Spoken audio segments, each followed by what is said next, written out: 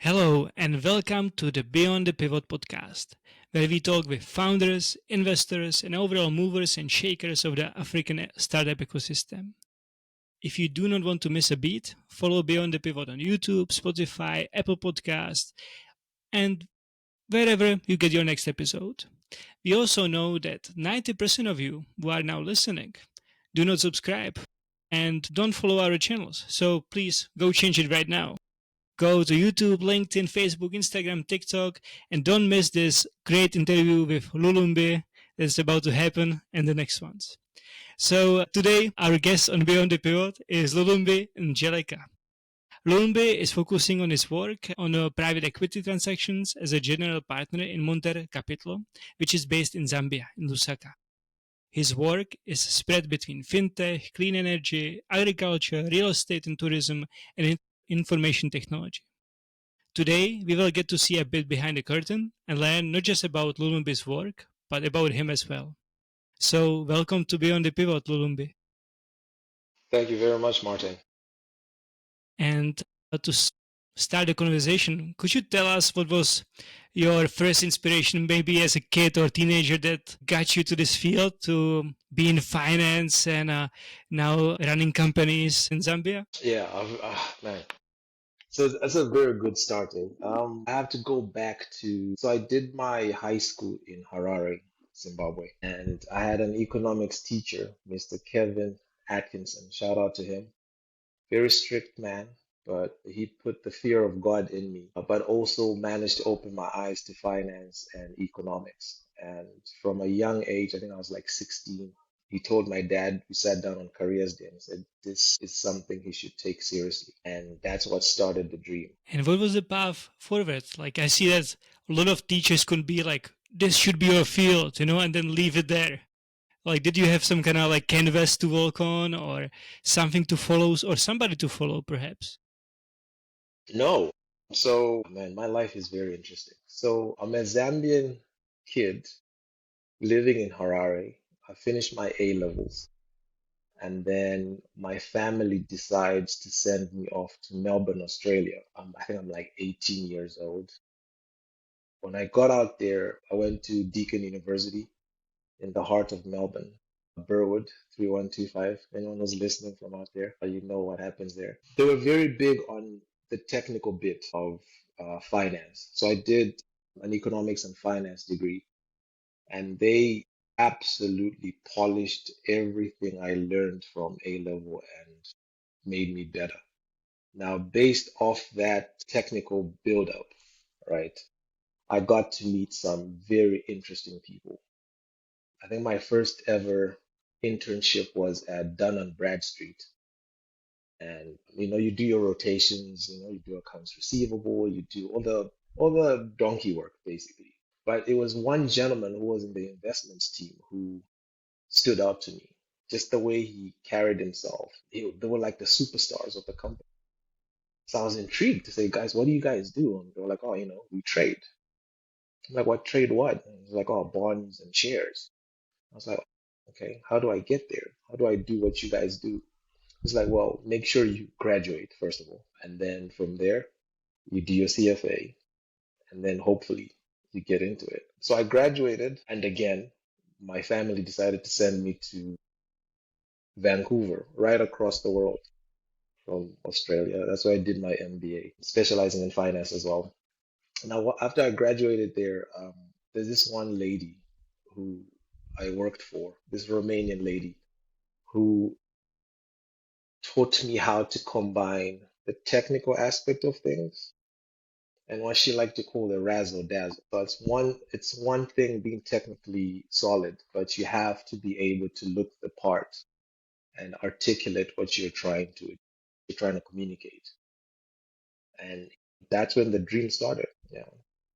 It seems like that you were a little sent across the world twice. Was there anything like closer to, Melbourne to continue MBA, or why Vancouver or why Melbourne? What was the reasoning of your parents? Yeah, so my parents were very very big. They're still very well, my mom passed away, my dad's still alive. But they were very big on letting us see the world. and they felt the best time to actually travel and see the world is between 18 about 25. So if you look at my Hmm. brothers, something similar happened as well. I mean, you did your undergrad here and your master's in a different part of the continent. I mean, part of the world, rather. So yeah, that's what And happened. would you say that this exposure had, I'm sure you have a bunch of peers that didn't have this opportunity to go abroad or study abroad. How does that make you feel, like that you have that competitive edge because of that? What did you gain just because you could study this different. I mean, yes, exposure is massive, especially in this line of business, right? It's very daunting, especially at different stages of the deal, the art of the deal, if I could call it that. It's very daunting and intimidating. The more confidence you have, which is primarily based on your exposure, right? The better you are at executing. Does it give me a competitive advantage? In some aspects, I think I've developed networks around the world that I can tap into for different things.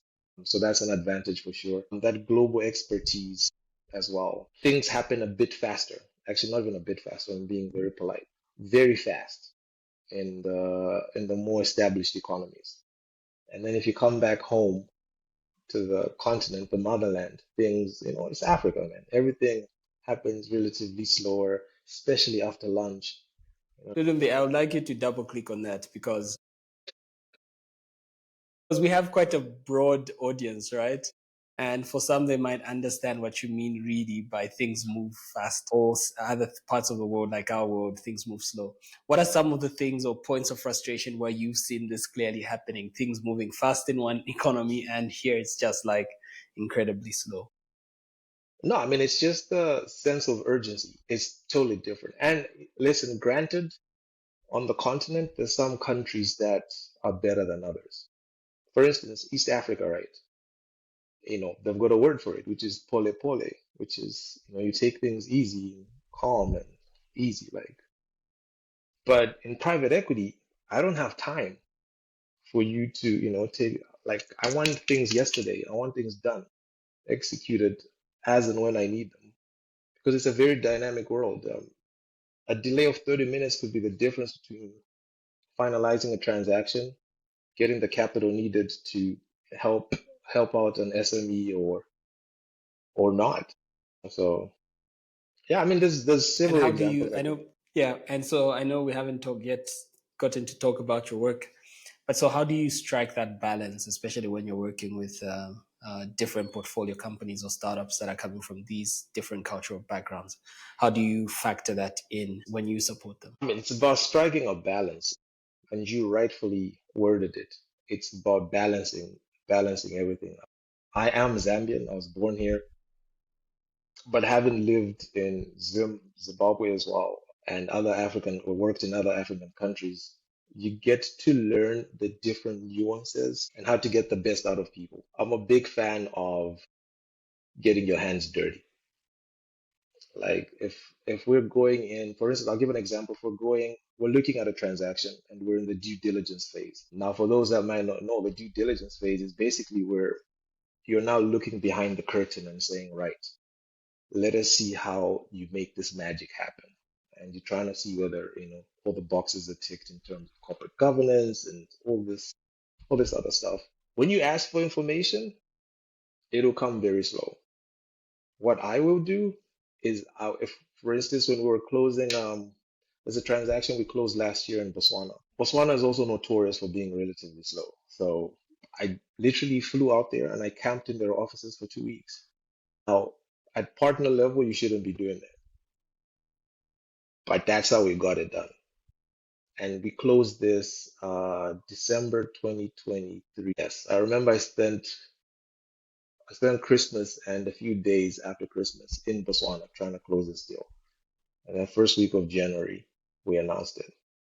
But yeah, that's how you strike a balance. You literally have to just roll up your sleeves and get your hands dirty. So did they work faster because they wanted to get rid of you and go home too?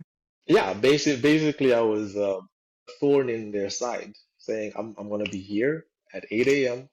and I'm gonna be here until 7 p.m.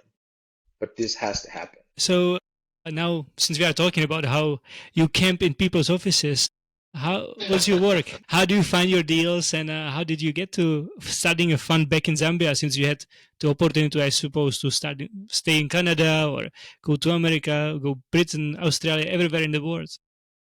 Yeah. Oh man. So oh man, it's a very interesting story. So my partner and I worked for the same bank early days, a bank called Bank ABC back in the day, for those that might know it. And for the Gen Zs, it's called Access Bank now. I was acquired by Access Bank, and then they acquired it from Atlas Mara. So we worked together in that institution, granted at different times, and he left earlier than I did, but we became friends, and in the industry, we sort of kept in touch. And we always said we would start a fund one day because that was always a dream of ours. And we said, one day it'll happen. And then when I switched into private equity, which was about 2016, 2017, he reached out to say, "Hey, are you ready?" I said, "Oh, what, ready to do what?" He was like, "Yeah, we said we're going to start a fund. Are you ready to do this?" I said, I don't know, maybe. And I was working for this fund based out of Phoenix, Arizona, and I was in charge of the Southern African bit. Fast forward, COVID is hitting. He calls me up again. It's like, right, this is happening, and you have to be part of it. I'm like, are you? And at the time, I was in England. I'd taken some time off. I think I was spending like 6 months there. And he sent somebody to see me, convinced me, flew back, and yeah, we started from scratch. Registered it in Mauritius, did the documentation for everything, registered it here in Zambia as well, with the Securities and Exchange Commission. We started fundraising, and the rest is history, as they say. But it has to be very hard to fundraise for, somebody would say, risky markets, especially from America or from Britain, Europe, Australia, if you are trying to get the money. So, what was your strategy to persuade them, like, there is money to be made? I think what stands out for us is we've got that global expertise that I spoke about, but at the core, we still are very much African. We've always stayed in touch with what's happening on the ground. Africa is about, and I don't want to misuse this word because it's this word, it's been misused quite a bit, but it literally is Ubuntu. It's about, there's no other place that relies on networking like Africa. And I'll give an example. The moment you mentioned the Bongo Hive, I warmed up earlier off mic because of my affiliation with some of the individuals at Bongo Hive. That's literally what Africa is all about. So if you combine that ability to sort of assimilate with everybody, get on with everybody, know which phone call to make, and then you bring in your global expertise and your finance acumen, I think that's the what do they say? That's the source. That's what you Gen Z say, right? Right.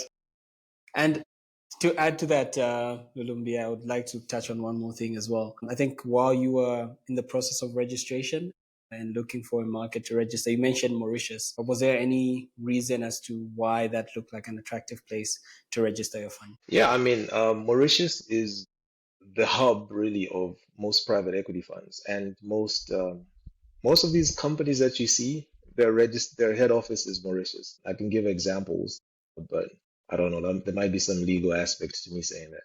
But yeah, most of them are registered in Mauritius because Mauritius is, besides tourism, the number one export is financial services.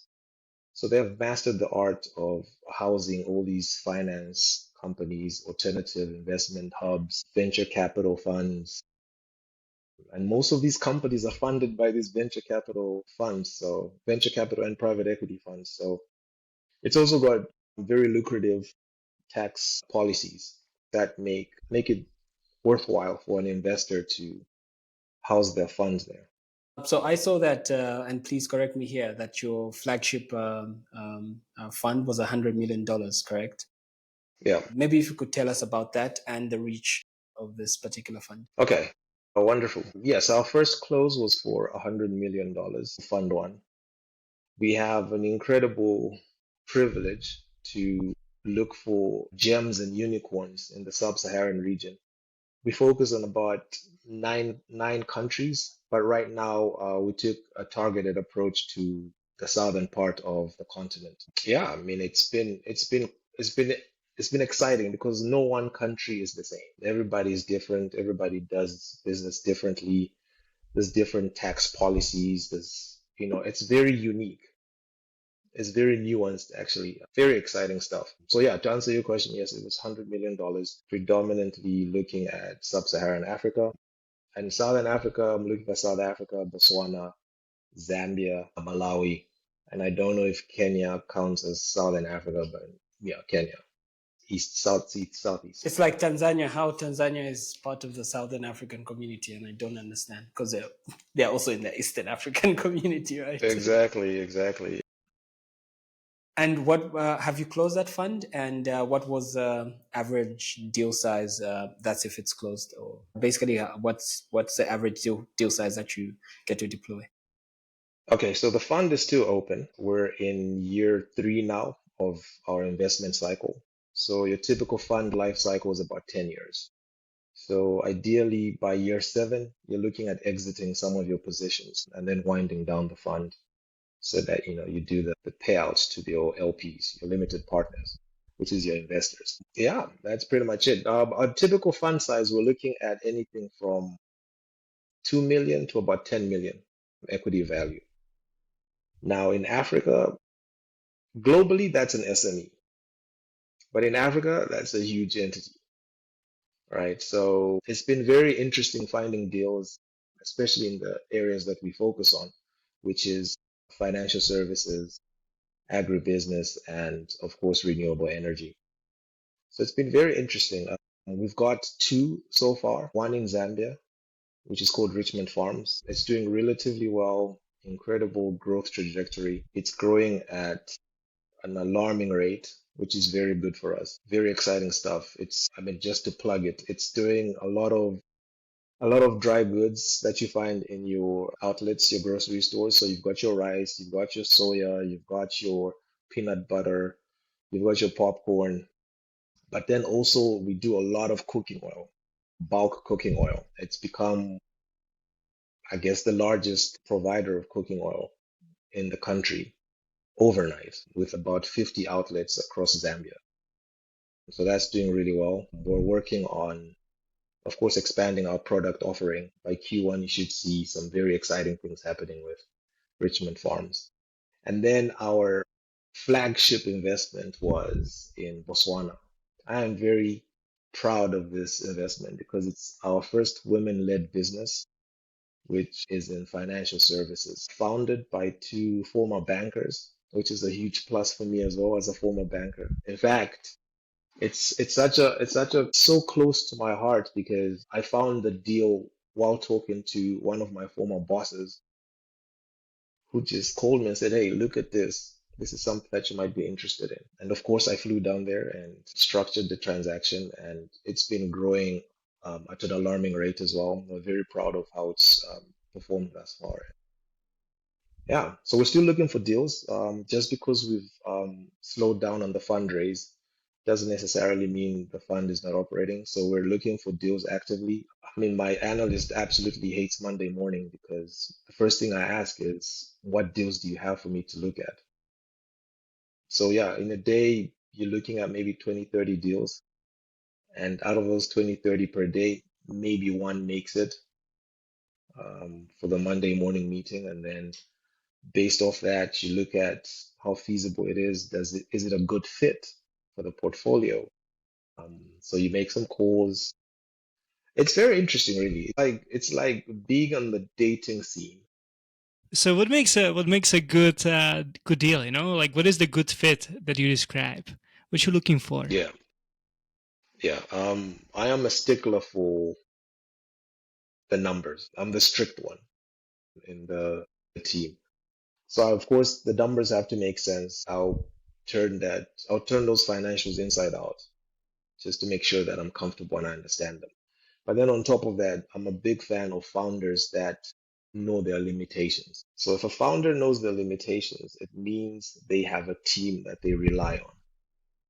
And if you have the right team, you can execute. I am not a big fan of founders that want to be CFOs and COOs and board chairs at the same time. That doesn't work for me. I need to be able to see that there's clear delegation of power. You have a board of some sort, because corporate governance is, it gives you validity that your decision making is well thought out, and if you have a board, they'll make sure you have audited financials that are signed and they're legitimate. Believe it or not, I've seen some companies that have fake financials. It's crazy out here. How do you Yeah. discover such a thing? Is it like you have to go and check the stamp, if it's real, or do you No, I just mean, calculate it yourself? so yeah, what happens really was when you look at the financials, numbers don't lie.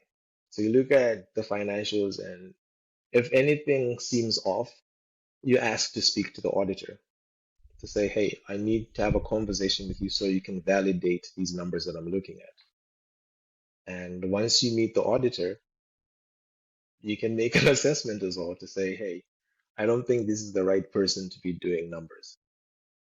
And then you can demand a re-audit, and then based off that, you can make a decision. Because at the end of the day, right, I'm putting my certifications and reputation on the line by going to my investment committee to say, guys, I need X million to invest in company B, and company B's financials are fake.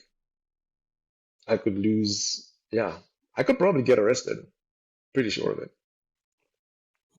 What would be your advice? Yeah, so what would be your advice, especially for founders? Because I do know, based on the range that you're looking at for funding, right?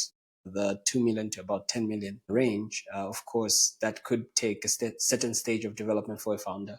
But those that are in their early stages and trying to grow and build to that particular stage, like what, from a financial perspective, what would be your advice so that they just set their numbers straight and everything is in order? I mean, I can't sing this song enough. Corporate governance is everything. If you have the right corporate governance, everything falls in place. Now, if you are still a relatively young company that doesn't qualify for private equity funding, there's a lot of venture capitalists out there, a lot of venture capital funds that specialize in infancy stage companies that then, I mean, I call that the investment primary school. The VC guys come and nurture the company, and then when they're ready to go to high school, they pick up the phone and call people like me, and then we then put them on steroids and grow them. So my advice would be ensure that you have the right corporate governance structures. If you can't afford a board, just ensure that there's a clear delegation of tasks in the entity. You want to have the critical people like a CFO or a finance manager, a person in charge of operations. You want to have somebody who's in charge of strategy, legal, HR. HR issues are often neglected, but I've seen a lot of transactions break at the 11th hour because of HR issues. Massive one on top of that. Yeah. I was about to say a few names, but I think my NDA is still valid, so I can't. Yeah, corporate governance, make sure your numbers are accurate. Data integrity is very important. So if you can trust your numbers will actually close the deal for you, to be honest. Pitch deck is nice, graphics or whatever. But if your numbers make sense, you have my attention. You're in the door. Yep. So you said like you help grow the companies that you invest in, right? We had Yeah. a couple of guests that said it's very hard to grow beyond the borders of the country in Africa in general. How do you do it? Do you just like stay within the country, or do you know some tricks how to grow from Zambia to Zimbabwe and vice versa? Yeah. I mean, one of the things that I'm proud of, right, is if you look at the sectors that we're in, these are all things that every human being needs in Africa. For instance, agribusiness. Everybody eats food. Everybody needs your day-to-day consumption of some kind of agricultural product. Financial services, we need money. And renewable energy is literally what every Southern African country is singing about. We've got a power deficit, and the renewable energy aspect of things is helping bridge that deficit.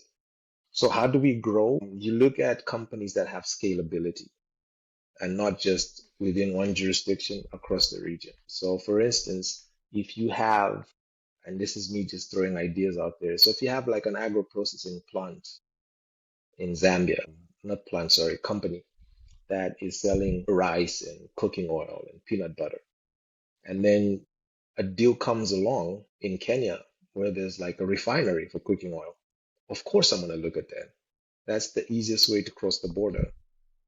And that automatically allows you to acquire an asset in a different jurisdiction, also get exposure to that market and the market before. So you can almost like do an acquisition and then a merger, which is very exciting stuff for me. I mean, the finance nerd that I am, I look for transactions like that. So yeah, it is difficult, but it's also easier than people think it is. So it's more growing through the network expansion. Let's say that, like you said, you get an opportunity. Now your network expanded by that opportunity in Kenya, so you can Yeah. grow through that. Is it also one of your services that, I suppose some teams are small, some teams are bigger, so you can install like a CFO into the company, or like there is problem with marketing, so install like brand manager or CMO.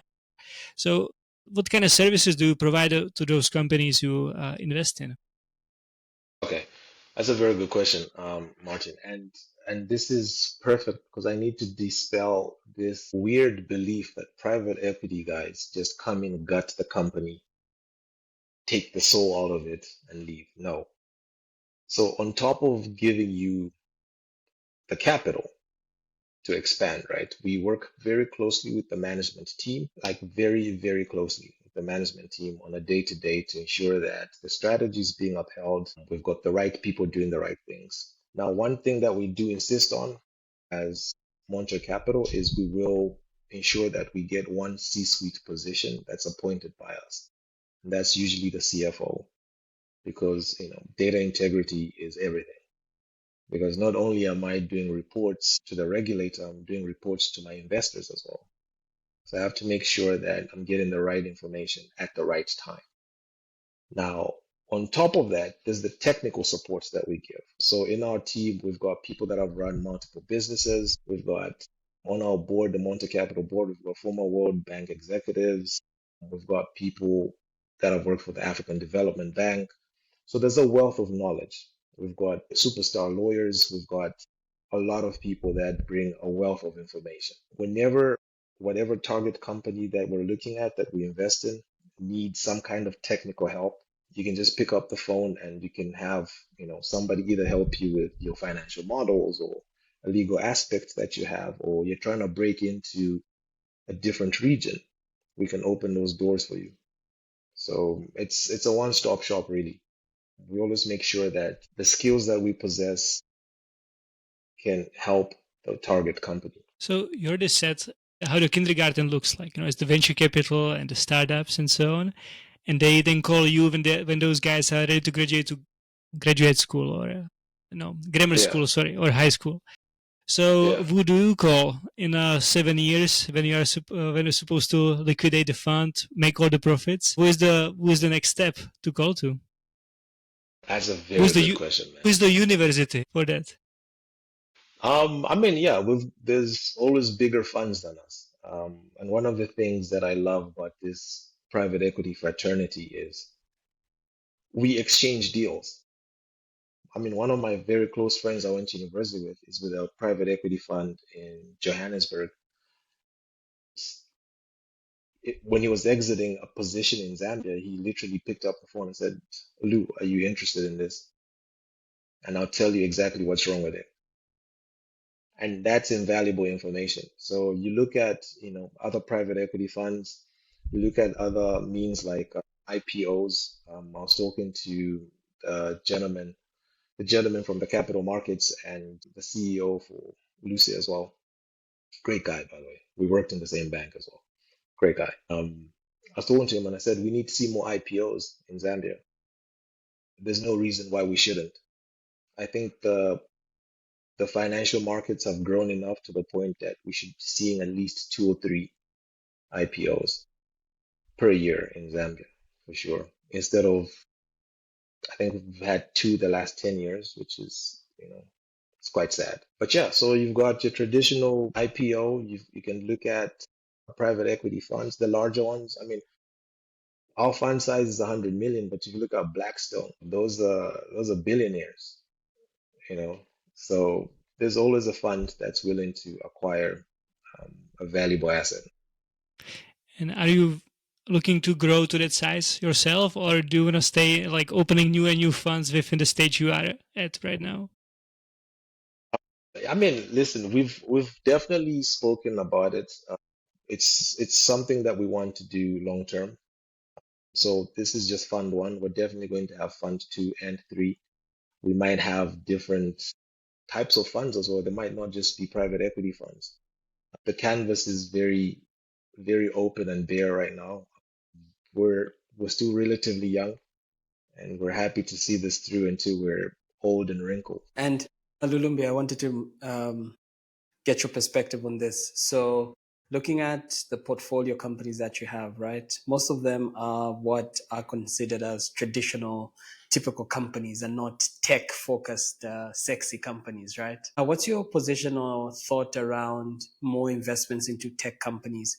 I do know that most of them might be early stage, but do you as well focus on tech companies, and what's your strategy around investment in technology? Okay, so like what I'd call your typical tech, your traditional tech, our fund, this particular fund does not play in that realm. However, big fans of fintech. So what we're doing is linking that fintech piece with the financial services outfits that we're looking at. And I think that will be the difference between your typical, I mean, so just to give an example, the outfit in Botswana that we acquired last year, right, is a typical financial services that does purchase order financing, invoice discounting. Now, the next stage of creating value is fusing in the tech bit. So we've invested heavily in some very exciting tech that allows the typical human being to be on their phone. He's got a contract from Debswana or whoever, and then just goes into their phone and then can actually get a facility within 24 hours. I think that's the level of tech. That's as far as we go. But tech definitely is a hot topic, especially in Africa, and globally, actually. Has the bubble burst? Some people say yes. Listen, as human beings, we're evolving every day. Just last week, the iPhone 17 was announced. I remember a time when we had just basic ringtones, no pictures, no FaceTime, no internet on your phone, just basic ringtones and messages, SMSs. So, I mean, we're still evolving. So, I think there's a great opportunity out there.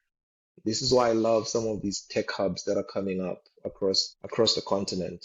Shout out to Motor Republic in Zim, of course, Bongo Hive. I have to give a shout out. And there's a few of them mushrooming around the continent that are doing incredible things, absolutely incredible things. So I'm glad that you've talked about the incubation hubs, right, across the continent. And one key thing that incubation hubs do is building pipeline, right? And this is at different stages. It could be at ideation stage, quite early stage, and growth stages as well. Could you maybe speak to how you are deliberate about building your own pipeline for the deals? Maybe you've touched on this multiple points, but what does your pipeline building strategy look like? Man, that's a very good question. That's a really good question. It's top three for today for sure. Pipeline is everything. One of the things that my board is on me about is what's your pipeline? What's your pipeline? What are you looking at? So I'm in touch with most of these innovation hubs. You will find me at random pitch presentations. I'll just be sitting there in the crowd. And of course, you've got the more established companies that come from the networking space. So your building a pipeline comes from absolutely anywhere, really. You go looking in the market, you find the same deals that everybody's passing on. But the more you sort of get on the ground, and talk to people, you find that there's a lot of opportunities. There's a lot of companies that don't know that they need private equity funding. There's a lot of people that don't know what private equity is. Most people think if you want to grow, get some money from the bank. But sometimes the bank will not be able to give you the right capital that suits your growth needs. I mean, this is not to shame the banking sector, but those returns are crazy. Those interest rates on those loans are crazy. This is why private equity is so necessary, in my opinion. There's a running joke that I tell my analysts, which is that venture capital funds dreams and aspirations, private equity funds companies. So the difference between VC and PE is that it's just how they structure the capital, right? So just to answer your question regarding pipeline literally comes from absolutely anywhere. You can talk to the Chamber of Commerce, you can talk to other private equity funds, you can talk to, amazing. I mean, I've gotten a few deals from Bongo Hive, believe it or not. There's a few transactions that I'm looking at Bongo Hive, but and I'm waiting for them to graduate from nursery school Hmm. to the big leagues. Then there's so much potential out there, really. Yeah.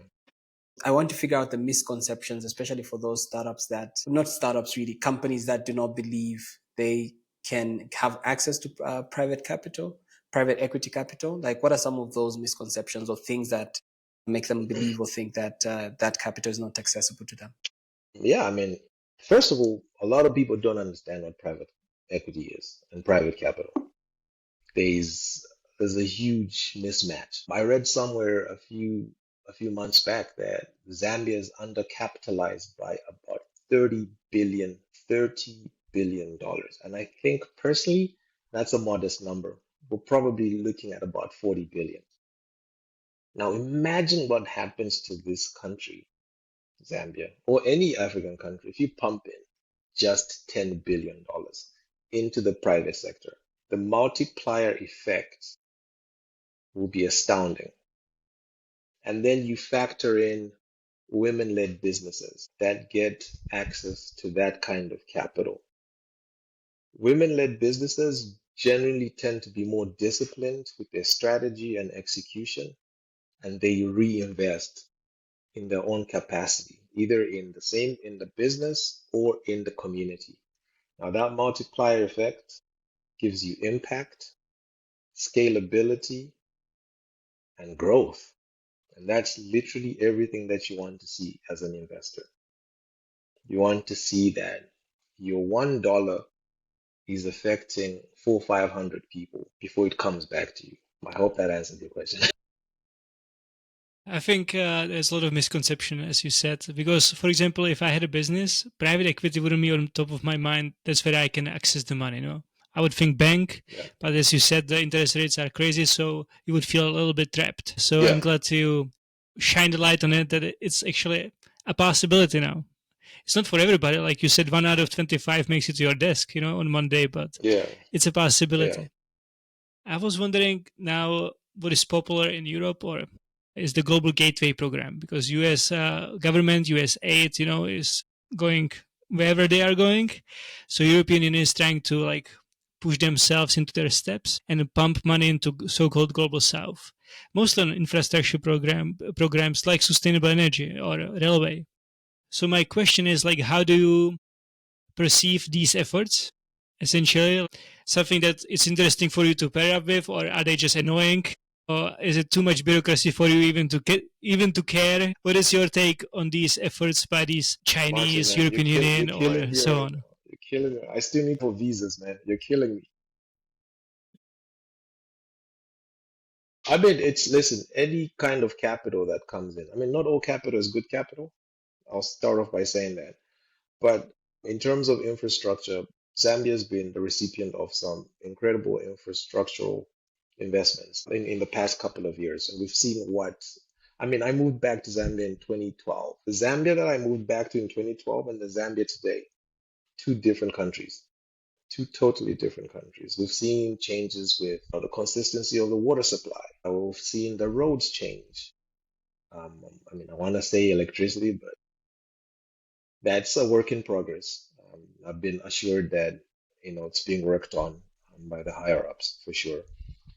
So, I mean, infrastructural development is definitely something that we look at, even when we are investing in a particular country.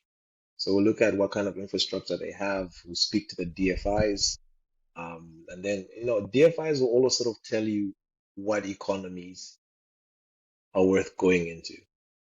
There's usually they'll always focus on a few countries, and when they pump in that kind of cash, opportunities come up, and then we go in there as well to see where we can plug in the gaps that they haven't gotten into. So, I mean, in my opinion, I think it's very welcomed as long as it's good capital. You don't want capital that cripples a country after a few years. So could you expand on it? What is the good and bad capital too? Like, for some money is money, right? So they don't distinguish this thing. So in your Yeah. experience, what is the good and what is bad? Okay. I mean, there's capital that comes with strings, right? Bilateral agreements or whatever. And then you find that there's some countries that are flooded in debt, and within a couple of years they default. That's bad capital. That's poor on the receiving country, poor on the entity that's lending the money as well. That's very bad capital. Good capital gives the capital a chance to grow and pay itself off. That's good capital. And that's basically like good investment ethos to make sure that the capital that you're pumping in, whether it's debt or equity, can pay itself back. Thank you. Yeah, I can already imagine a few examples on both ends. Like I said, man, I'm trying to get a Yeah, I know, visa, I know. so don't say any names. I know NDA or visa is always something with you. So what do you think is going to be the development within the next 5 years? What are the trends? Because you said in 2012 there was barely running water or a stable running water. So now Yeah, exaggerating the things, but now yeah, things are moving forward. So what do you think is going to be yeah. like, not just in Zambia, but maybe sub-Saharan Africa, like in 5 years? Okay. Well, it's a good question. My money, I would put my money on renewable energy, for the simple fact that the last 2 years we've seen this power deficit, and Africa is very rich with natural resources. We've got a lot of empty land, we've got a lot of water bodies, we've got a lot of sunshine. So we're going to see a lot of renewable energy companies coming up, and then when that comes up, a lot of opportunity presents itself. Countries can then start to export electricity and power and things of that nature, create jobs, and ultimately, there'll be efficiency and competition. The rates will go down. It's a win-win.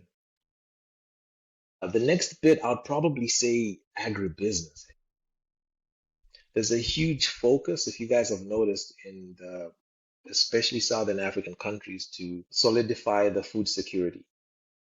Now, with that, we're going to see improved farming techniques, which is going to give us larger harvests as the population grows that will need to be fed.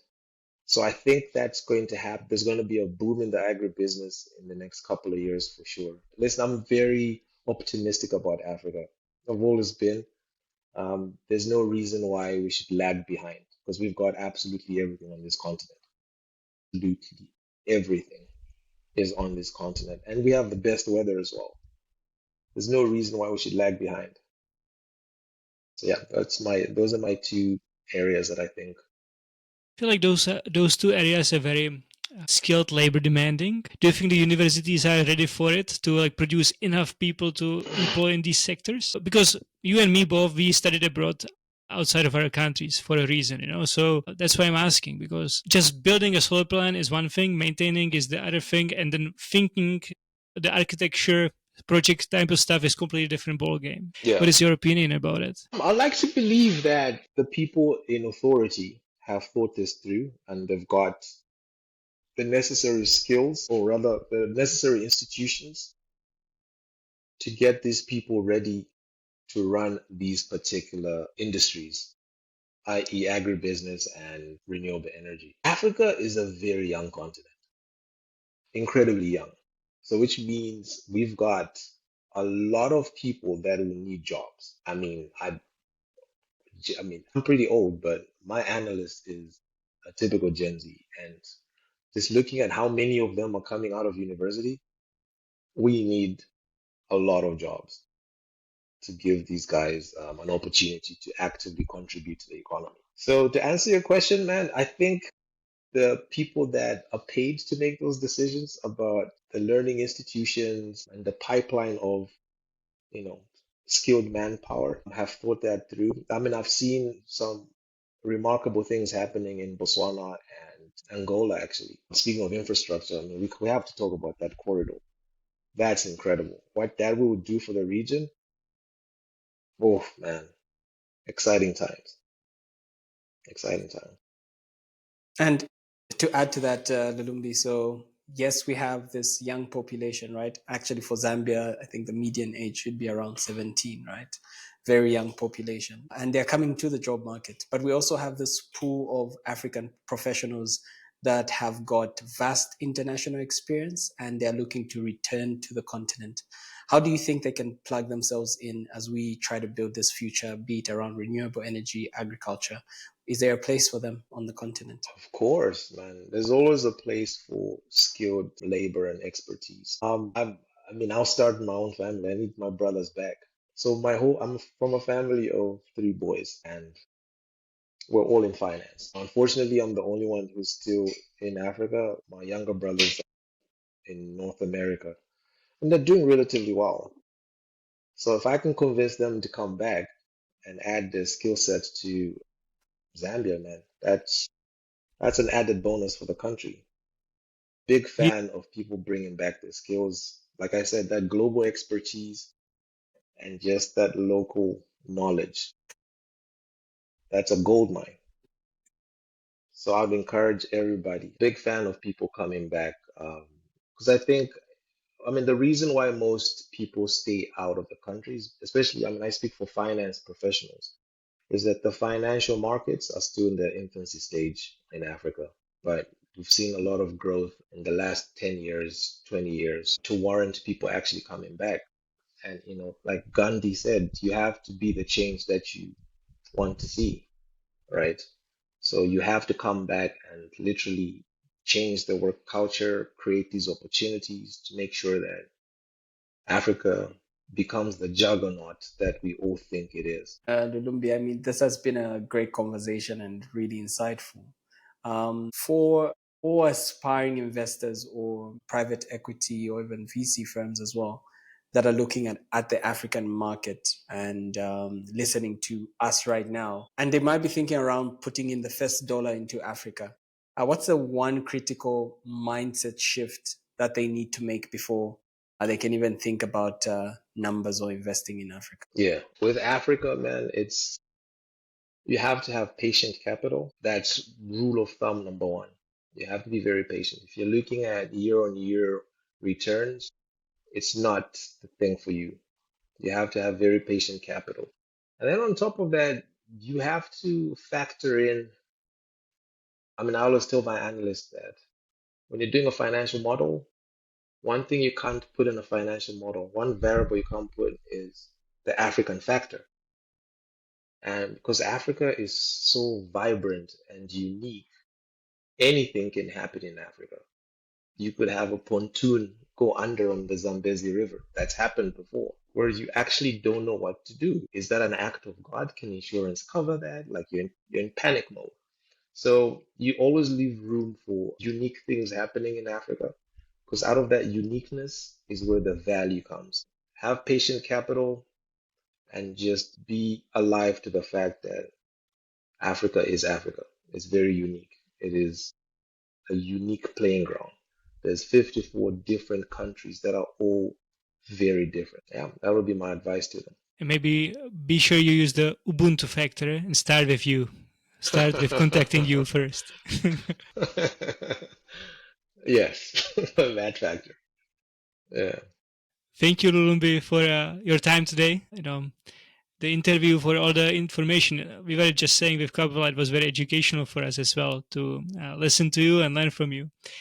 Uh, thank you. And maybe one more time, once you are done with Richmond Farms, or when you are ready to tell us more about the story of the two Botswana ladies, then we will love to have you back. It would be an absolute pleasure. It's been, to be honest, one of the more fun interviews slash podcasts that I've done. It's been very laid back and it's more my vibe, to be honest. So thank you very much. You guys are doing something incredible here. Is it okay if I recommend people to come on your podcast? Absolutely. And we would like to do the same. So if people want to actually use that networking factor, where they can find you, perhaps, where they can find more information about you as well, and if it's okay for them to contact you. Of course, you can find me on LinkedIn. That's the only social media platform you can find me on, Lulumbi Njeleka. But if you want to know more about Monter Capital and what we do, it's montercapital.com.